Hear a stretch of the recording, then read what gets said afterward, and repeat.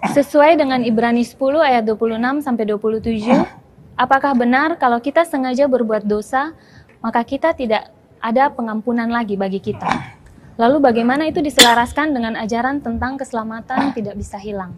Ibrani 10, 26, 27. Sebab jika kita sengaja berbuat dosa,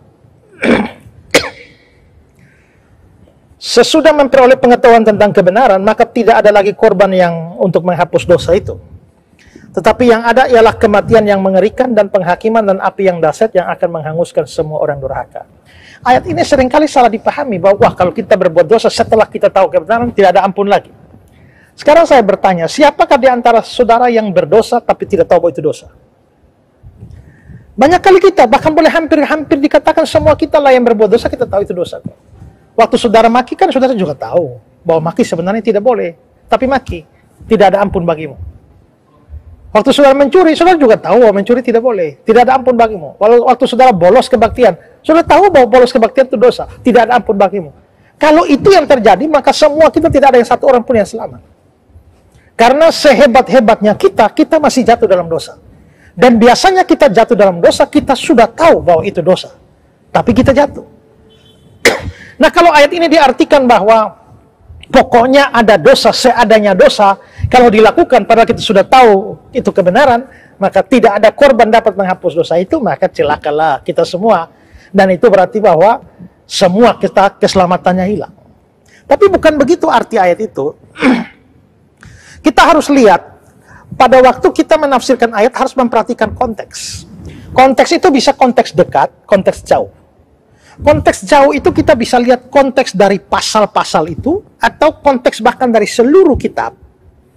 Atau konteks dekat, yaitu ayat sebelum atau ayat sesudah. Nah, kalau kita lihat konteks jauh misalnya, surat Ibrani sendiri itu tujuan ditulisnya itu apa? Surat Ibrani itu tujuan ditulisnya adalah untuk memberikan peringatan kepada orang-orang percaya dari bahaya kemurtatan. Karena banyak orang Yahudi yang percaya Yesus, tapi setelah itu dipengaruhi dan mereka akhirnya kembali kepada agama Yudaisme mereka dan meninggalkan iman Kristen. Karena itulah penulis surat Ibrani menulis surat itu dengan tujuan supaya mencegah atau menasihati orang-orang Kristen jangan sampai mengalami kemurtatan. Makanya kita bisa lihat ada apologetik yang dibangun di sana untuk menunjukkan bahwa kekristenan jauh lebih unggul daripada agama Yahudi. Agama Yahudi punya korban, tapi korbannya tidak sempurna. Tapi orang Kristen punya korban, yaitu Yesus Kristus yang darahnya dia sekali saja berikan korban. Orang Yahudi punya imam Harun, tapi Yesus Kristus itu imam besar kita dari jalur Melkisedek. Ya, mereka punya bait Allah di bumi, kita punya bait Allah di surga dan macam-macam yang lain. Itu konteks surat Ibrani secara umum. Jadi supaya orang jangan murtad. Nah, lalu konteks dekatnya itu kan Ibrani 10 ayat 26, 27. Jikalau kita sengaja berbuat dosa, ini dosa apa? Ya, bukan dosa maki atau dosa benci orang, dosa iri hati, bukan. Dosanya apa harus dilihat dari ayat-ayat selanjutnya. Di ayat 28, dia bilang begini. Jika ada orang yang menolak hukum Musa, dia dihukum mati tanpa belas kasihan atas keterangan 2 atau 3 orang saksi. Betapa lebih beratnya hukuman yang harus dijatuhkan atas dia yang menginjak-injak anak Allah, yang menganggap najis darah perjanjian yang menguduskannya, dan yang menghina roh kasih karunia. Ini dosa itu. Menginjak-injak anak Allah, gimana? Kita kalau hanya jatuh pada dosa maki, itu kita tidak sedang menginjak-injak anak Allah. Ya, kita misalnya pukul orang, gitu ya, atau iri hati benci orang, itu dosa memang. Tapi itu bukan dosa menginjak-injak anak Allah, menganggap najis darah perjanjian, menghina roh kasih karunia. Ini tidak lain selain dosa murtad ini. Lalu ayat 35.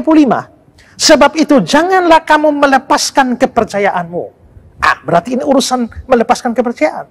Lalu ayat 38. Tetapi orangku yang benar akan hidup oleh iman. Dan apabila dia mengundurkan diri, aku tidak berkenan kepadanya. Tetapi kita bukanlah orang-orang yang mengundurkan diri dan binasa.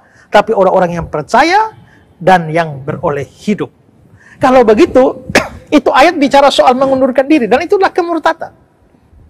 Jadi, Kalau ayat yang ke-28, 29, 35, 38 itu bicara soal murtad. Maka ayat yang ke-26, sebab jika kita sengaja berbuat dosa, setelah kita memperoleh pengetahuan akan kebenaran, ini bukan dosa biasa, ini dosa murtad. Kalau kamu sudah kenal kebenaran, lalu kamu murtad, ya maka di sini tidak ada korban yang dapat menghapus dosa itu. Murtad ini bukan hanya sekedar pindah agama, tapi murtad ini adalah pikirannya berbalik terhadap Kristus. Tadinya dia ikut Kristus, sekarang dia anti Kristus. Tadinya dia menghormati Kristus, sekarang dia merendahkan Kristus. Tadinya kasih Kristus, sekarang benci Kristus. Itu murtad. Dan untuk dosa kemurtadan seperti ini, itu tidak ada korban yang dapat menghapus dosa itu. Ya. Shalom, salam sejahtera buat semua saudara yang melihat tayangan ini. Saat ini saya berada di sebuah kampus sekolah teologi, yakni Sekolah Tinggi Alkitab Nusantara di Kota Malang. Dan Sekolah Tinggi Alkitab Nusantara ini adalah satu sekolah yang sungguh-sungguh berada di hati saya. Kenapa? Karena sejak saya memutuskan untuk melayani Tuhan Yesus dari lebih dari 20 tahun yang lampau, saya akhirnya Tuhan bawa ke sekolah ini dan dididik di sini. Dan kalau sampai hari ini pelayanan saya bisa memberkati banyak orang termasuk saudara-saudara, itu tidak terlepas dari peranan sekolah ini di dalam membentuk fondasi-fondasi dasar iman dan teologi saya.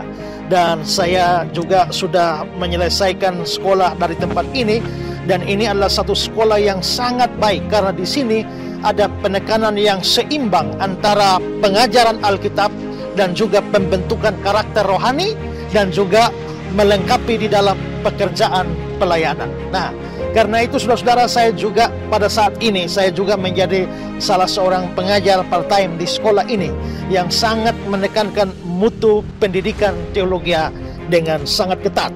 Nah, karena itu saya pada kesempatan ini mau mengajak saudara-saudara yang dipanggil oleh Tuhan untuk dibentuk menjadi hamba Tuhan.